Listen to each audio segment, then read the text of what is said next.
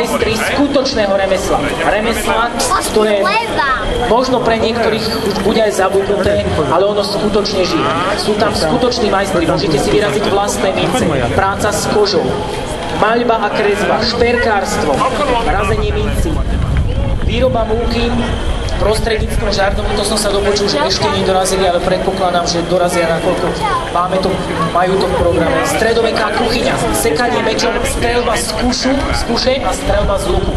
Toto sú naozaj veľmi dobré veci. Odporúčam sa ísť na to pozrieť, hlavne pre vaše malé deti, stojí to za to.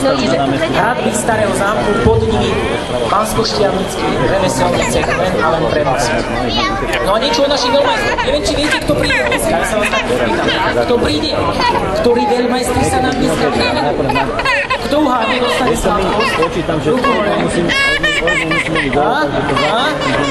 Dobre, zoberiem si ja. Dnes o 21. hodine, samozrejme už po 17. kde sa vám predvedú v simultánnych hrách s 10 účastníkmi naraz. Ten, kto je toto poprvýkrát, vedzte, že tu na tomto mieste sa rozloží 20 stolov a mnohí traja veľmajstri odohrajú šachovú partiu s 10 dobrovoľne prihlásenými ľuďmi naraz. Minulý rok sa stalo, že Sergej a meno tým síce nepamätám, ale myslím, že stojí to za to, ak máte vypísaný váš hárok naozaj s tým majstrom Sergej Movsesian. No a to som už prezradil, kto dnes príde skutočne. Sergej Movsesian, veľký to majster, ktorý sa tu predstavil už mnoho a mnoho rokov. Porazil